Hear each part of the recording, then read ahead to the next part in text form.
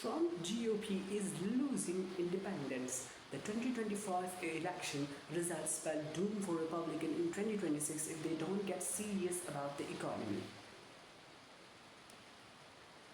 Now, Democrats throw a shutdown tantrum.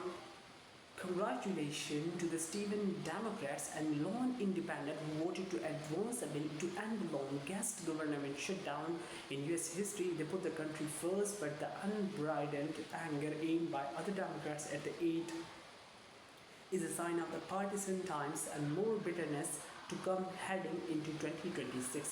The Senate was working Monday to pass a deal to reopen the government after the 8 defectors joined the GOP on Sunday to advance the measure in a 60-40 vote.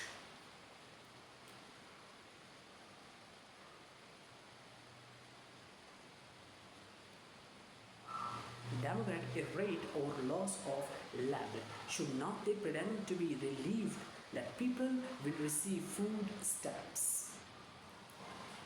Okay, affluent Americans must be deeply touched watching the Democratic establishment continue to demand subsidies for their insurance plans, but less affluent member of the Democratic coalition may start to wonder why the party leadership still does not want to enable funding of food stamps, government paychecks, and moderate other government functions. Perhaps leading congressional Democrats deserve credit for honesty, but don't even seem to be pretending to care about anything other than forcing Republicans to share responsibility for the disaster that is Obamacare.